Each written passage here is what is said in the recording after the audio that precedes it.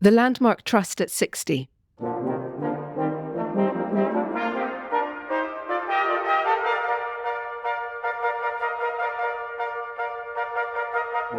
I'm Clarissa Levy, Art and Heritage Counsel at Wedlake Bell.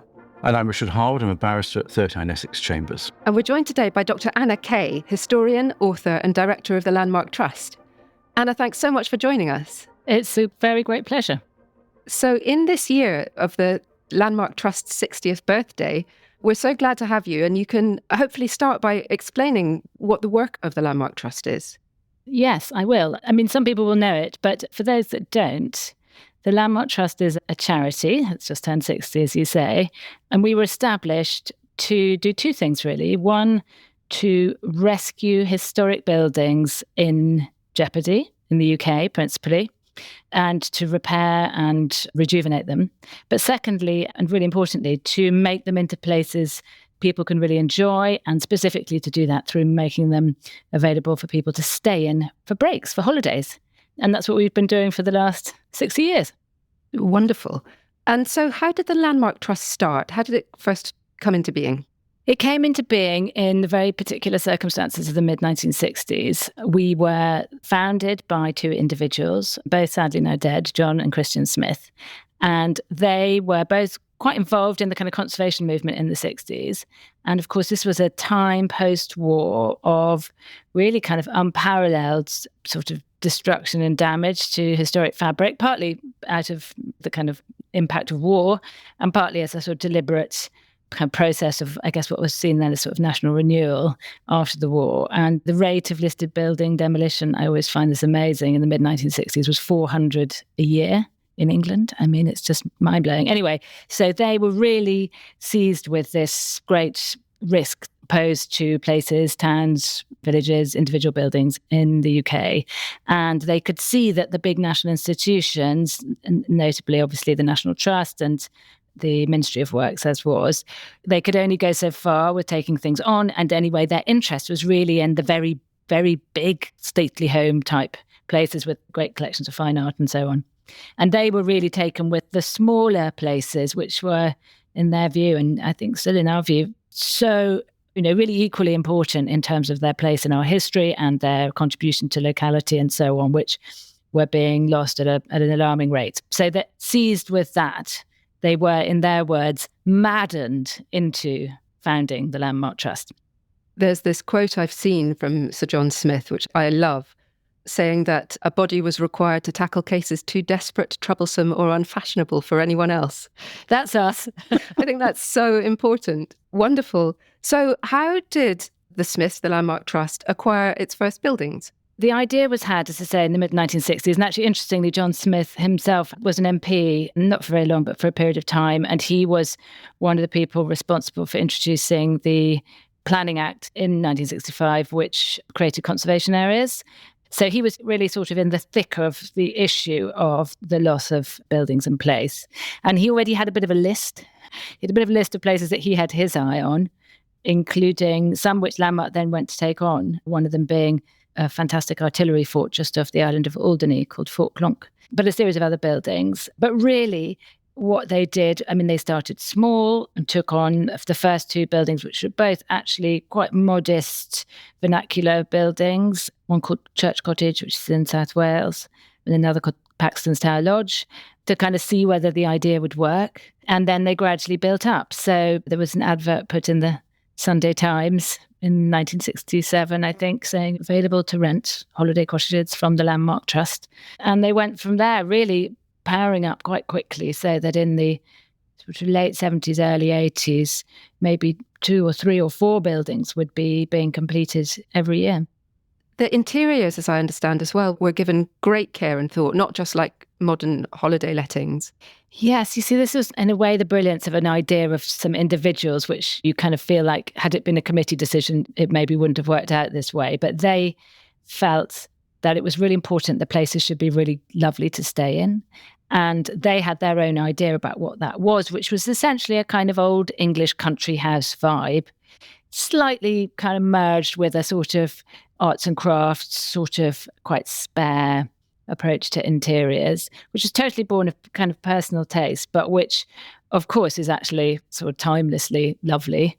Old turkey rugs, armchairs, old English oak furniture, pictures that could be bought very cheaply at sales and flea markets, but which put together in an old building made for something kind of alchemy that has a sort of enduring loveliness to it. And Christian Smith oversaw that, and John Smith oversaw the architectural work for the years when they were running it themselves, and created something which, if anyone's ever stayed in the Landmark Trust building, is really very identifiable and special.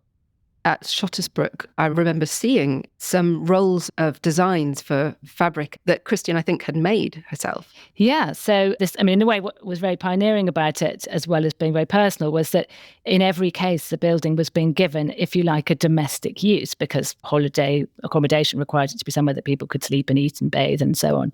And the adaptation of buildings for that use, which quite often had never had that use, so it might be a military building or a mill building, meant you had to kind of solve things like what do you do about curtains if you're in an oat mill. So Christian had this great idea, and working with an artist called Jennifer Packer, that you could design fabrics for the building and you didn't have to work through a sort of complicated contract with a commercial company. If you had a bit of space, you could screen print them. And so she and Jessica worked on the designs, and then in the old stables at Shottersbrook where they lived, they had all the inks and so on, and would just print enough fabric to make whatever it would be, 8 sets of curtains, and design them to be often to reflect the character of that place. So, for example, yesterday I was in a building that we have, which is down in Sussex, called Lawton Place, which is the remnants of a great Tudor house, where one of the lovely, special, interesting things about it is it's got a lot of Tudor terracotta,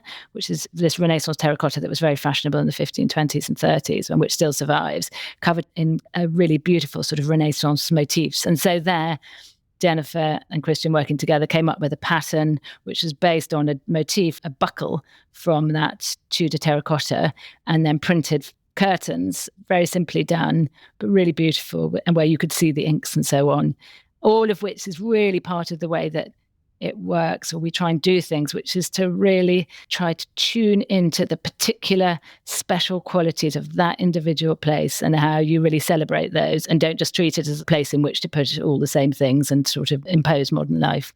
You wrote a fabulous book for the 50th anniversary of the Landmark with Caroline Stanford, which myself and Clarissa have both been looking at in terms of the history, and I guess looking at sort of 50 buildings you've got as representative of British history.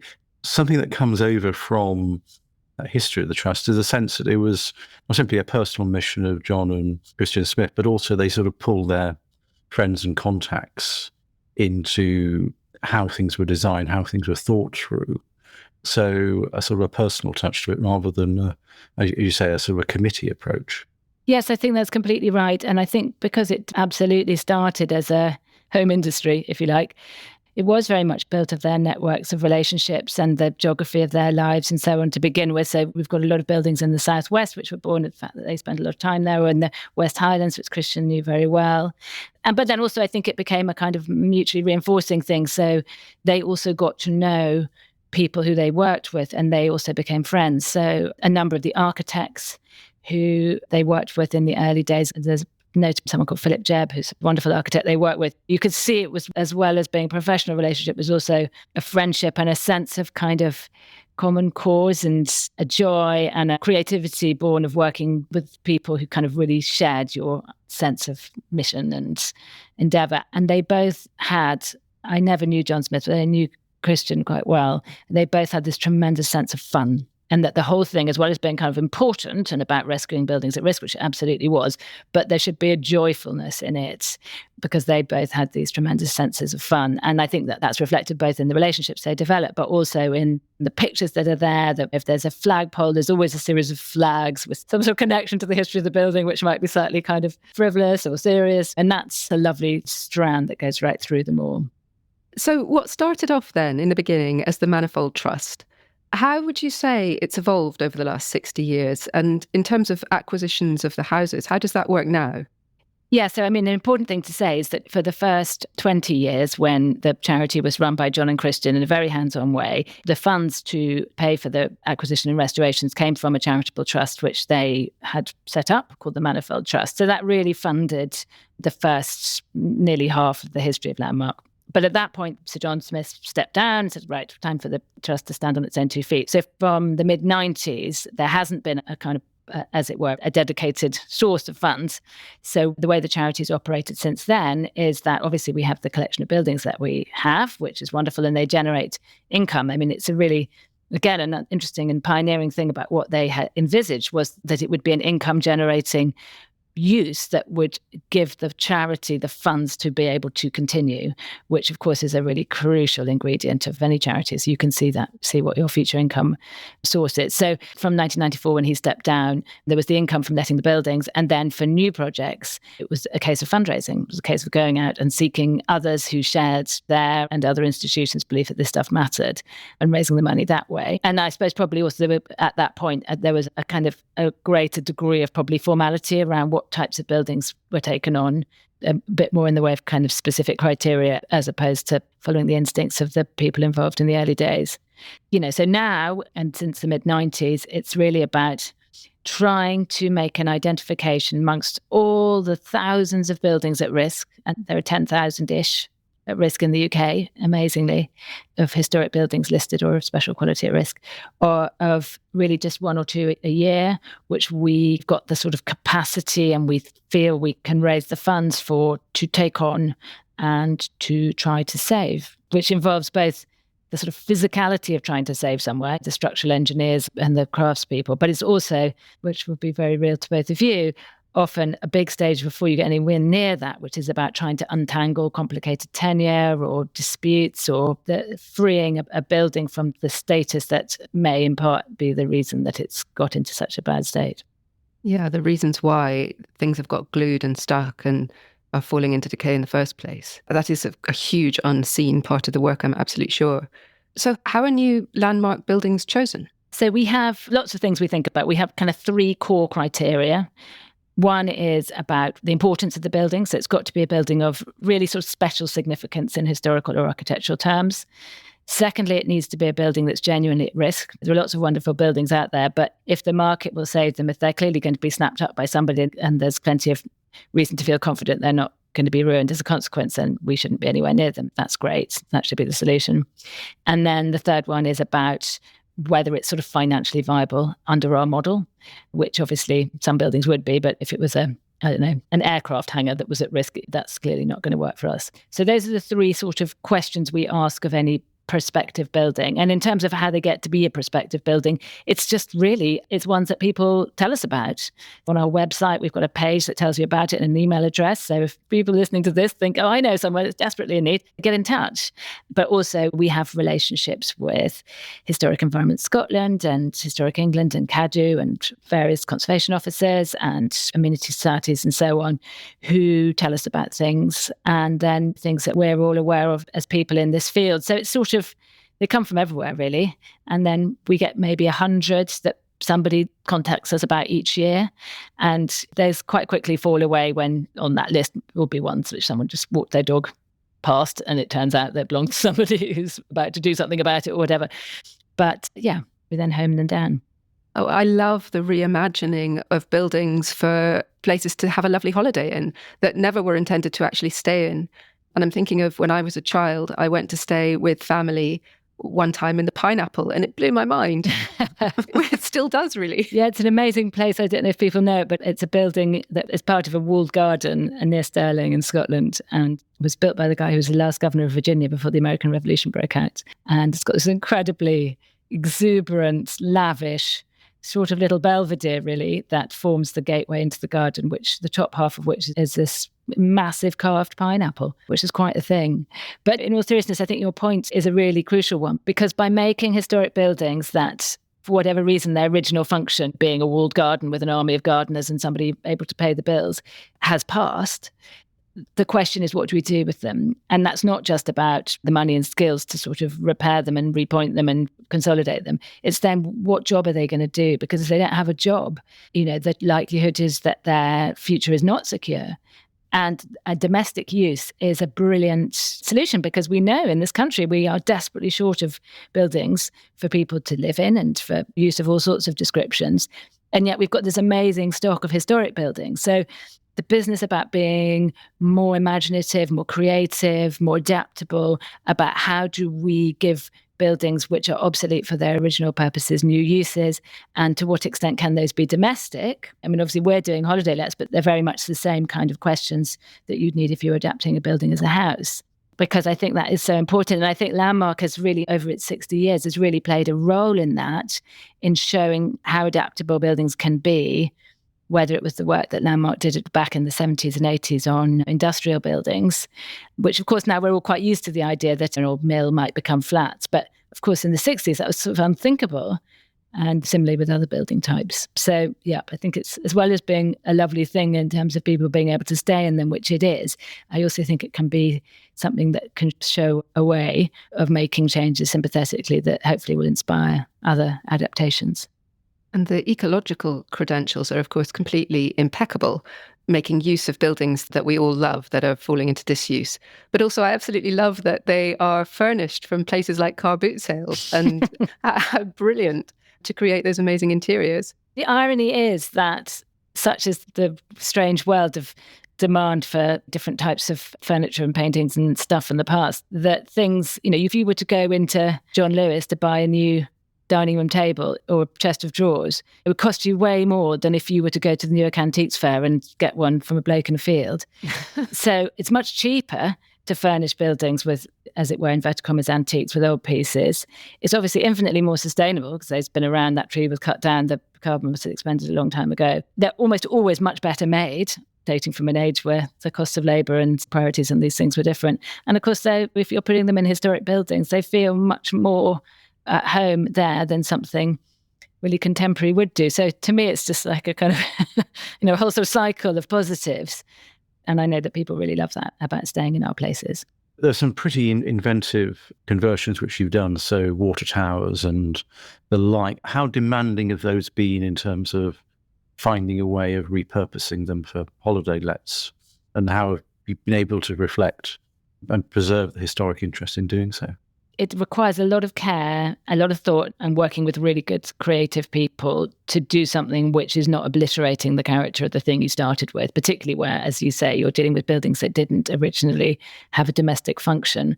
So something like the Appleton Water Towers, you're mentioning Water Towers, which is a building on the Sandringham estate, and where the lower two floors of the building were always domestic because they were the water keepers, the sort of guy who looked after the water sort of lodgings. And then there was a grand room for Edward VII, as was, to go and take tea. And then there's a massive water tank with some various sort of roof spaces for subsidiary tanks. So it's to do with the people you work with, definitely. So a very clever set of ways of creating staircases and opening up doors and crucial places to connect spaces that weren't connected before, and so on happened. I think it's also, I say a couple of other things. One is, I think a really important thing and a part of how we work is to try right at the outset to be clear about what we call our philosophy of repair.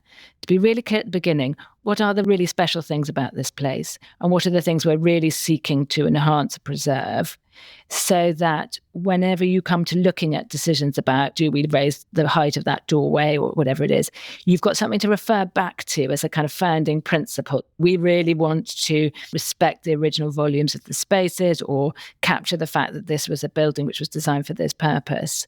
And that really helps you to solve those individual questions. The second thing is about, I guess, a little bit of extra freedom we have because of the use that we put our buildings to, because they are places that people are not trying to live in, raise their children in, do a Zoom call on a Friday afternoon from, and all the things that you need of a home and store your windsurf kit and so on. It's somewhere you're staying for this slightly escapist couple of days. There are sort of idiosyncrasies which are fine and quite fun in one of our buildings, which you probably wouldn't put up with long term. So, for example, we've got a wonderful little building in Staffordshire called Swarkston Pavilion, which is a kind of bowling green house or building that went with sort of recreation, built in the mid-17th century. And there, the bathroom is in a turret on the roof. And so if you want to go to the loo, you have to go up one turret, across the leaded roof and into the bathroom. And I mean, it's really good fun and it's under the stars. But you probably, if it was actually your house, you might find that a bit annoying. But people really enjoy it. And it meant we didn't have to, for example, build a great big extension or knock through the primary fabric. We've literally interviewed on this podcast people who live in houses where you have to go 3 miles away and up into a turret to go to the loo. They sound like our kind of people. I think they're called castles, Clarissa. So we get it. So what about current projects which Landmark has underway? Can you talk about a couple of those? Yes, gladly. So because these projects take a long time, we've always got on the go a series of projects at different stages, from ones which we're just about to finish work on and the curtains have been hung, to those where we're right at the beginning trying to do the kind of land acquisition. So we've got a lot of different stages, but one which we are working on at the moment, which is a really exciting project, actually I'm going down there next week, is a Second World War project. So this again is something that in the too troublesome, too unfashionable category, this might feel kind of at home. It's building on what was RAF Ibsley Airfield, which is down in the New Forest. And it was built as what was then called a watch office, but which is more commonly known as a control tower on the airfields. Work started during the Battle of Britain to build this particular watch office. And it was where the Spitfires that were stationed at that airfield were flying out from and to right the way through the Second World War. And it's the most beautiful spot. New Forest is absolutely lovely. The airfield's now long gone and it's wonderful lakes and wild and free. The building itself is derelict. It's in a really bad way, graffitied and abandoned and very sad. I mean, it's a really special building for a couple of reasons. One is that if you think about the Second World War and the significance in terms of our history, what life would have been had we won or lost in this country and in the world. I mean, it just makes the blood turn cold in your veins even now to think about it. So we really felt and feel that really taking care of the most important buildings that relate to the Second World War as kind of living embodiments of what was involved in that and the sacrifices of the people and the bravery and the inventiveness and all those kind of things is so crucial. And they're being demolished all the time, those that survive. So that felt really important. And another thing that's really interesting about this particular one is that it was here at RAF Ibsley in 1941, 1942 that Leslie Howard and David Niven made a movie called, it has two names, either The First of the Few or Spitfire, which was made at that crucial point in the war when, so much of continental Europe was occupied. The Americans hadn't joined the war yet. It really looked like a matter of days or hours before Britain would also fall.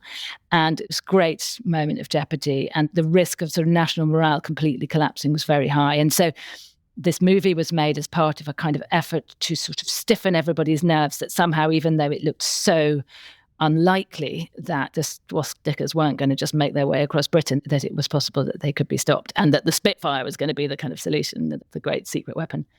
So the idea that this one site both represents that kind of extraordinary courage and bravery of these young men. They were, most of them, and so many of them were teenagers still. They were flying these tiny little aeroplanes. Many of them had 2 weeks training.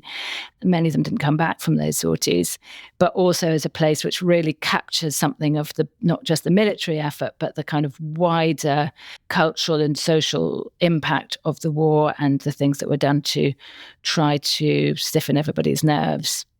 So we're busy fundraising right now for that. So if anyone's interested, you can go on our website, Every Penny Helps, and it will make a most wonderful place to stay in and a place to kind of, contemplate and celebrate that amazing generation and all the things that they've enabled in all our lives that we've been able to live as a consequence. It's incredibly moving hearing you speak about it. And I can't wait to go and see it. What's it going to be like to stay in a watchtower? Well, I think it'll be great because it's a brick core, but with a sort of rendered exterior building. It's got kind of crystal windows. It's quite sort of Art Deco in a very sort of spare way. It's got a great big single room on the first floor that looks out over what was the airfield, now the lakes, which will be a big communal kitchen, dining, sitting room with a great wraparound balcony, and then a big roof terrace, because of course the whole point was it needed to have wonderful sight lines to the whole of what was then the airfield. And now it's a very special site in terms of wildlife and nature. So the comings and goings of the migrating birds and the changing of the seasons, you'll be able to enjoy looking out of those wonderful windows and look at the stars from the roof. Will you keep the graffiti? We might keep the odd patch, but I think what we really want to do is to, going back to the talk about interiors, is to not to fill it with old English furniture, which might seem a bit odd there, but to try to furnish it and equip it in a way which really is in the spirit of that wonderful sort of quite spare but quite stylish, actually, mid 20th century, 1940s, thinking a lot of sort of angle poise lamps. And I think there'll be a sort of atmosphere in there which will be more comfortable, I think, than it probably was originally, but which will be reminiscent of its age, which I think should be really fun. Field trip? Yeah. Yes, we are in.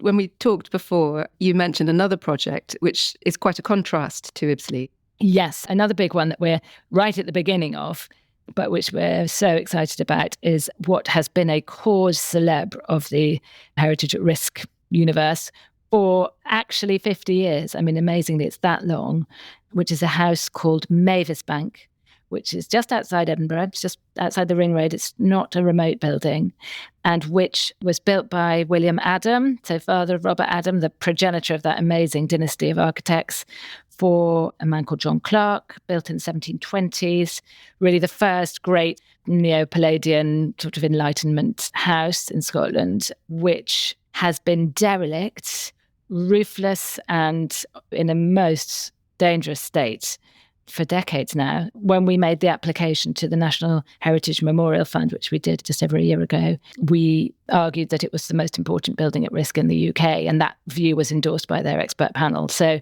it's that significance. And it was very nearly demolished in the 80s. The local authority agreed that it was taking forward action to demolish it. And it was only because of a great sort of uprising of people, local, near and far, to say this must not happen, and a kind of vigil round the clock to put themselves between the bulldozers and the building, that it wasn't knocked down. So we're really excited about it. It involves a compulsory purchase because the last owner claimed to have sold it to 3 separate people, none of whom have ever come forward or been proved to even exist. So it's a huge sort of long-running saga. And it's a building where the man who it was built for, John Clarke, was a really, really important figure for lots of reasons. One of which is he was one of the people who actually signed the Act of Union between England and Scotland, one of the commissioners who negotiated it. So, I mean, it's such an extraordinary place, and it's felt like it's been insoluble for so long. And so I'm so excited, and it feels like a really important thing and a really proud thing for us as we turn 60, going back to those 2 difficult buildings, to say it isn't too difficult. It's about will and determination and making the case and people caring enough to come with you. And that's where we are with this. So yes, I'm glad to say the compulsory purchase or the land acquisition process is in train, and all being well, we will be the proud owners of a totally derelict 1720s house by the end of the year. How amazing. One of the essays on Landmark website, there's a bit about how the thought process of when you find a new building and the excitement builds as you think, could this be savable and could it be savable by us? And there's this one moment where the author says, only Landmark can save it. And it really feels like in the 50 years of Mavis Bank being in peril, no one has saved it. And thank goodness Landmark is. So bravo. And it is awe-inspiring to see the photographs of it. They were in all the newspapers, and it's going to be hugely welcomed when it's successfully saved. So may all the listeners contribute. Well, quite. And what I would really say is that, I mean, of course, we're thrilled to be part of it, but we are only part of it because those people who come to stay in our buildings or support our campaigns or write letters of support are travelling with us. It's a real mass movement type of activity because we haven't got a share portfolio. We don't have some kind of brilliant mega investor or anything. We are literally a charity that survives on the support that people give us because they choose to, and the fact that people stay in our buildings. So it's about, and John Smith said this in 1960, he said, it is amazing what people can do when they club together and decide to do it for themselves. And I think there's something of that kind of pioneering spirit of the sort of Edwardian philanthropist that's sort of somewhere in our DNA, which is that sense. And I feel it a lot when we launch fundraising campaigns and people very generously give money, that they do because they can see that that's by this all linking arms together that we can save these places. It's that sort of collective effort. Anna, have you got a favourite or a very happy memory that you can share of staying in a Landmark property? Well, I mean, it's a bit like, have you got a favourite child? I mean, as in, you love them all, although you recognise some are more sort of spectacular than others, as it were. But I do have so many happy memories. In fact, I was thinking, because we've just done a new handbook, Landmark has this wonderful printed handbook of all our buildings, a sort of brochure, which people love, and we've just done a new one. And I wrote in it about my first day at a Landmark, which actually was long before I had any professional involvement. I was in my early 20s. And I remember going with a friend of mine who'd sort of got a little group together. I'd never heard of the Landmark Trust. And we all sort of squeezed into somebody's old banger car and drove down to a place near Glastonbury in Somerset, a place called Croscombe Old Hall, which is a late medieval great hall and just a little kind of very small lodging block attached to it in a village. And I remember just pushing open the door, it's a great big oak door, kind of a bit heavy and creaky on its hinges, with this sort of preposterously huge key that looks like a kind of joke, and going in to this place that was so beautiful and so simple. It's not sort of posh luxury. It had a huge, great big hall, a big oak table, a big stove at the back, a couple of old sofas, and a sort of soaring roof. And I just remember looking at everything, the ochre on the walls, the lime wash, and just really simple things, just a plain white tea towel and a kind of really plain breadboard, and just thinking, perfect. And just thinking, this is ours. And we're just a group of slightly unreliable 22-year-olds. But for this weekend, it's ours. And I fell in love with it at that point. Well, I think that's the perfect ending for this discussion. We're speechless. Thank you. I think what you've set out is not only that sort of philosophy of keeping the heritage in use, but also the way in which you go about it, the way in which you think about the buildings and how they should be brought back into use and rescued. So it's been absolutely fabulous listening to what you've had to say. Well, thank you very much for having me.